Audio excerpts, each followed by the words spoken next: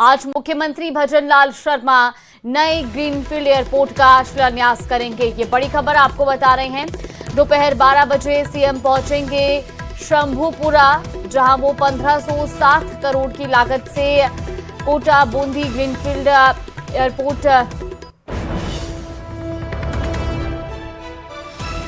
उद्घाटन करेंगे। और साथ ही आपको बता दें कि नौनेहरा वृद्ध पेयजल परियोजना के लिए भूमि पूजन भी किया जाएगा। इसके साथ ही आपको बता दें परवन अकावत पेयजल परियोजनाओं के लिए भी होगा भूमि पूजन। तो कार्यक्रम में ओम बिरला समेत कई मंत्री रहेंगे मौजूद। केंद्रीय नागरिक उड्डयन मंत्री राम मोहन नायडू भी शामिल होंगे। पीएचडी मंत्री कन्हैया लाल चौधरी, शिक्षा मंत्री मदन दिलावर मौजूद रहेंगे। प्रभारी मंत्री गौतम कुमार दत्त, ऊर्जा मंत्री हीरालाल नागर भी शामिल होंगे। ये बड़ी खबर आपको बता रहे हैं। आज का दिन बेहद महत्वपूर्ण रहने वाला है, क्योंकि आज कोटा में मुख्यमंत्री भजनलाल शर्मा नए ग्रीनफील्ड एयरपोर्ट का शिलान्यास करेंगे और दोपहर 12 बजे सीएम शंभूपुरा पहुंचेंगे, जहां वो 1560 करोड़ की लागत से बनने वाले कोटा बूंदी ग्रीनफील्ड एयरपोर्ट का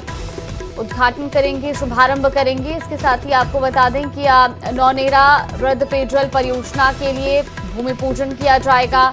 परवन अकावत पेयजल परियोजना के लिए भी भूमि पूजन होगा। और कार्यक्रम में ओम बिरला समेत कई प्रदेश सरकार के मंत्री भी मौजूद रहेंगे।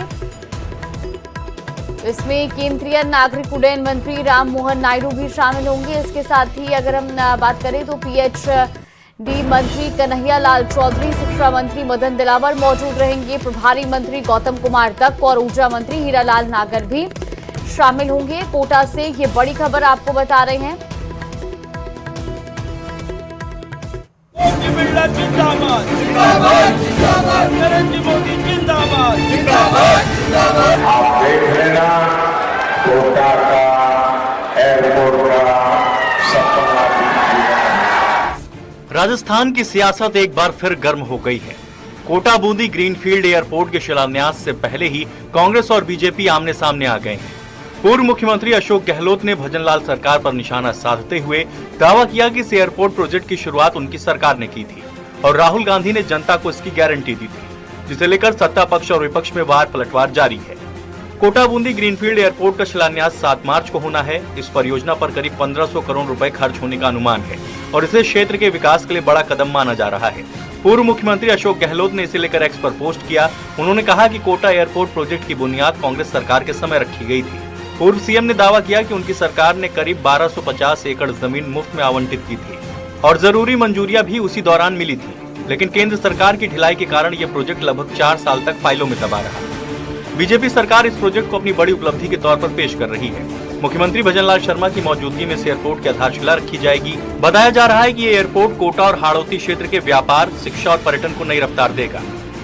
इस तरह का कई बार उन्होंने झूठ बोला है। उन्होंने ये भी कहा है कि इस एयरपोर्ट की घोषणा हमारे कोई राहुल गांधी जी, नेताजी करके गए थे। भाई एयरपोर्ट की घोषणा तो वो करके गए थे, लेकिन उन्होंने तो किसानों को संपूर्ण कर्जा माफ करने की भी घोषणा करी थी। क्या वो पूरी हुई? क्या उन्होंने एयरपोर्ट को भी की घोषणा पूरी करी थी? उनके कार्यकाल में क्या पूरा हुआ? क्या उन्होंने केवल उनके कार्यकाल में इस एयरपोर्ट का श्रेय भाजपा की केंद्र सरकार को ना मिल जाए, इसलिए उन्होंने एयरपोर्ट रोकने का काम किया। कोटा ग्रीनफील्ड एयरपोर्ट बनने से पहले ही सियासी उड़ान भर चुका है। अब देखना होगा कि यह प्रोजेक्ट विकास को नई दिशा देता है या सियासी बहस का नया मुद्दा बनता है। Bureau report, news 18, Rajasthan. Nagaur जिले के हरसौर में 10,000 किलो विस्फोटक बरामदगी के मामले में अब प्रशासन ने बड़ा एक्शन लिया है। मुख्य आरोपी सुलेमान खान के अवैध फार्म हाउस और अतिक्रमण पर बुलडोजर चलाकर उसके अवैध साम्राज्य को ध्वस्त कर दिया गया है। एक रिपोर्ट देखिए।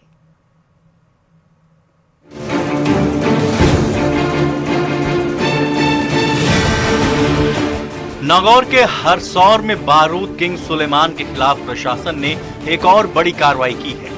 करीब 40 बीघा जमीन पर बनी 4 दीवारी और अवैध निर्माणों को जेसीबी से तोड़ा जा रहा है। जांच में सामने आया कि सुलेमान ने करीब 45 बीघा जमीन में फार्म हाउस बना रखा था, जिसमें से करीब 25 बीघा सरकारी जमीन पर अवैध कब्जा किया गया था। ये वही जगह है जहां से जनवरी में करीब 10,000 किलो अवैध विस्फोटक बरामद हुआ था। अब प्रशासन ने मकान सीज कर बिजली कनेक्शन भी काट दिया है।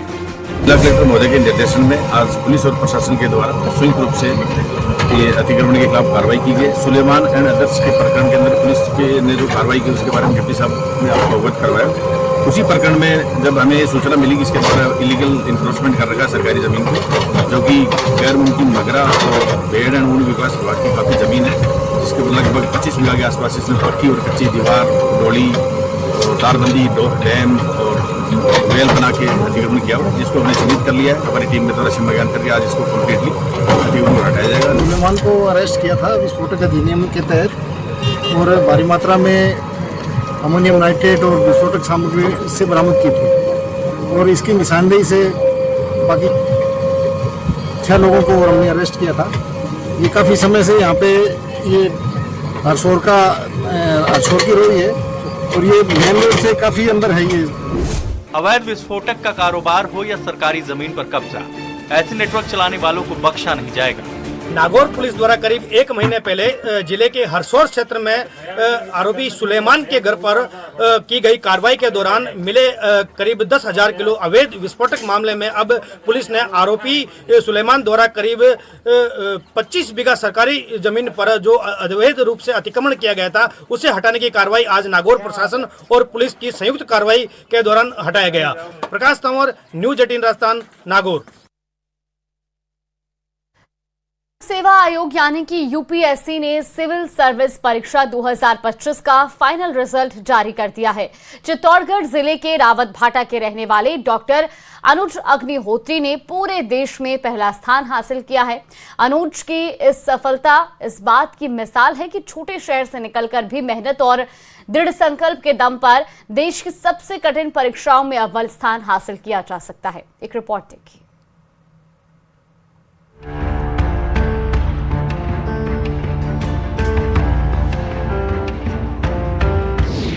डॉक्टर अनुज अग्निहोत्री ने किया कमाल, देश भर में हासिल किया पहला स्थान, परिवार में जश्न का माहौल।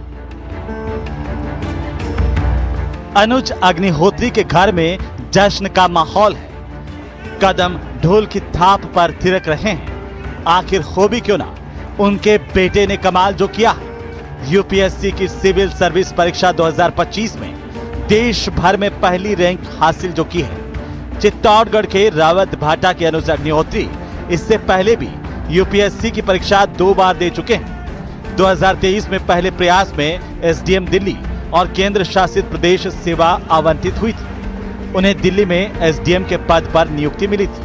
यह उनका तीसरा अटेम्प्ट है। दूसरे प्रयास में यूपीएससी मेंस परीक्षा पास की, लेकिन इंटरव्यू में चयन नहीं हुआ।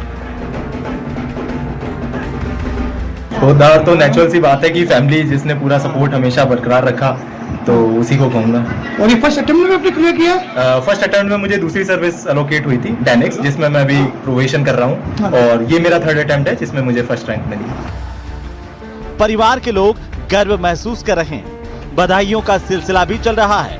इस सफलता के लिए परिवार के लोग अनुज की कड़ी मेहनत और बड़ों के आशीर्वाद को वजह मान रहे हैं। बहुत खुशी है सभी को। रावतभाटा का नाम रोशन किया, परिवार का नाम रोशन है, ये उसकी मेहनत है, भगवान का आशीर्वाद है, सबकी कृपा यही होना। देखिए सर, मेरे साथ साथ पूरे रावतभाटा के लिए एक बहुत गर्व की बात है कि अब पहली बार सिलेक्शन आई है, इसमें बच्चे ने ऑल इंडिया रैंक को फर्स्ट हासिल की है। तो सब ये रावतभाटा वासियों की दुआओं का और हमारे परिवार का, सबके बड़े बुजुर्गों का आशीर्वाद का ये एक कमाल है जो बच्चे ने करके दिखाया है। उसकी मेहनत तो अपनी है। अनुज की स्कूली शिक्षा रावतभाटा के परमाणु ऊर्जा केंद्रीय विद्यालय से हुई। छोटे शहर से निकलकर देश की सबसे प्रतिष्ठित परीक्षा में शीर्ष स्थान हासिल करने वाले डॉक्टर अनुज अग्निहोत्री आज हजारों युवाओं के लिए प्रेरणा बन गए हैं। इस परीक्षा में कई और अभ्यर्थियों ने सफलता का स्वाद चखा। दौसा कलेक्टर देवेंद्र यादव के साले अनुराग सिंह भी आईएएस बन गए हैं। अनुराग सिंह यादव ने सिविल सेवा परीक्षा में प्राप्त की 120वीं रैंक। तो वहीं दौसा की तन्वी बमनावत ने सिविल सेवा परीक्षा में 156वीं रैंक हासिल की है। इसके अलावा फलौदी के मयंक पुरोहित ने यूपीएससी परीक्षा में 33वीं रैंक हासिल की है।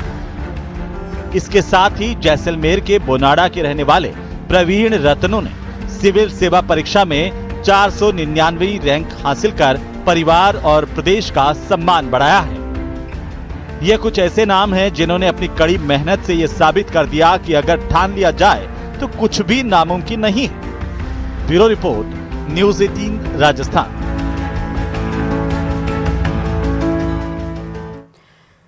वहीं यूपीएससी सिविल सेवा परीक्षा 2025 में शानदार सफलता हासिल कर राजस्थान को गौरवान्वित करने वाले अनुज अग्निहोत्री से फोन पर बात कर उन्हें और उनके परिजनों को मुख्यमंत्री भजनलाल शर्मा ने शुभकामनाएं दी। अनुज की इस उपलब्धि को उनकी कड़ी मेहनत, लगन और परिवार के आशीर्वाद का परिणाम बताया गया। उनकी सफलता पर पूरे प्रदेश में गर्व का माहौल है। नमस्कार अनुज जी, कैसे हो? नमस्कार सर, बहुत अच्छे हैं सर। आपको बहुत बहुत ढेर सारी शुभकामनाएं। बहुत बहुत धन्यवाद सर। बहुत बहुत शुभकामनाएं की बात है आपसे बात करने के लिए सर। आपने राजस्थान का नाम भी रोशन किया है, माता पिता का नाम भी रोशन किया है, देश का नाम रोशन किया है। बहुत बहुत शुभकामनाएं आपको, बहुत बहुत शुभकामनाएं। जी जी जी, आप देश में प्रथम स्थान पर। वहीं टोंक की साक्षी जैन आईएएस बनी है। यूपीएससी रिजल्ट में साक्षी को 37वीं रैंक मिली है और साक्षी 5वें प्रयास में सफलता हासिल कर पाई हैं। साक्षी के आईएएस बनने के बाद परिवार में खुशी का माहौल है। वहीं रिजल्ट आने के बाद से साक्षी और परिजनों को बधाई देने वालों का भी तांता लगा हुआ है। साक्षी ने इस सफलता का श्रेय अपने परिजनों को दिया। वहीं पिता उनके लाइब्रेरियन हैं और मां फाइनेंशियल एडवाइजर हैं। साक्षी शुरू से ही क्लास में टॉप करती रही हैं और ऐसे में उनकी सफलता के बाद अब पूरे परिवार में भी खुशी का माहौल है। बहुत बढ़िया कि जो मैंने सपना देखा था वो आखिरकार सच हो गया और जो मैं आगे करना चाहती हूँ मेरी लाइफ में उसको एक डायरेक्शन मिली है। यूपीएससी सीएसई 2025 का रिजल्ट आया है। इसमें मेरे को ऑल इंडिया रैंक 37 प्राप्त हुई है। ये मेरा 5th अटेम्प्ट था और 4th इंटरव्यू था। मुझे बहुत अच्छा लग रहा है, बट अभी तक मैं पूरी खुशी को ऐसा लग रहा है कि मैं अभी तक इंटरनलाइज नहीं कर पाई हूँ। मुझे अभी तक रियलाइज़ नहीं हो रहा ना मैं इसको एक्सप्रेस कर सकती हूँ। बट मेरे सारे परिवार वालों से मिलकर, सारे रिश्तेदारों से मिलकर मुझे बहुत अच्छा लग रहा है कि आज सब मेरी खुशी में सम्मिलित है। मेहनत तो मैं शब्दों में बयान नहीं कर सकती हूँ क्योंकि मैंने डेली करी है, कंसिस्टेंटली इस मेहनत को करा है और डेली एक ही चीज़ देखी है और इसको बहुत ही मेथोडोलॉजिकली रखा है कि मैं डेली टारगेट बनाती थी, उसको अकम्प्लिश करने का मैं टारगेट करती थी। तो मेहनत तो बहुत ज़्यादा है। ये 2020 से लेकर 2025 तक की मेहनत है। मेरी बेटी आज आईएएस ऑफिसर बनी है 37 रैंक के साथ। मेरे को बहुत खुशी है और परिवार में भी बहुत खुशी है। जब इसका रिजल्ट आया था और मेरे को पता लगा कि आईएएस ऑफिसर बन गई, रैंक का मैंने इसको पूछा भी नहीं था। तो उस टाइम सिर्फ मेरी आंखों में और इसकी आंखों में आंसू थे। हम दोनों एक दूसरे के गले लगे हुए जयपुर, हम दुर्गापुरा जैन टेम्पल के बाहर थे और रोड पे ही हम दोनों बैठ गए थे। वो खुशी हमसे समेटी नहीं जा रही थी। हम तीनों ही थे, इसके पापा, मैं और ये। खुशी तो बहुत है, बहन था खुशी है क्योंकि आज इतने सालों बाद टोंक में भी कोई बना है। हमारे परिवार में पहले भी एक आईपीएस भाई साहब का बच्चा और मोटिवेशनल वहीं से भी था और हमारी भी इच्छा थी कि भाई कोई न कोई इस फील्ड में जाए, तो इसने आज न वो नाम करके दिखा दिया। तो खुशी का तो कोई ठिकाना ही नहीं है। मेरी सिस्टर साक्षी जैन इस साल यूपीएससी में ऑल इंडिया रैंक 37 प्राप्त करके आईएएस ऑफिसर बनने वाली है। कितनी खुशी है परिवार में इसको लेकर? इमेंस खुशी है, सब जगह मतलब बहुत खुशी का माहौल है। सभी रिश्तेदारों के फ़ोन आ रहे हैं, यहाँ पर आ रहे हैं and I think everybody is very happy.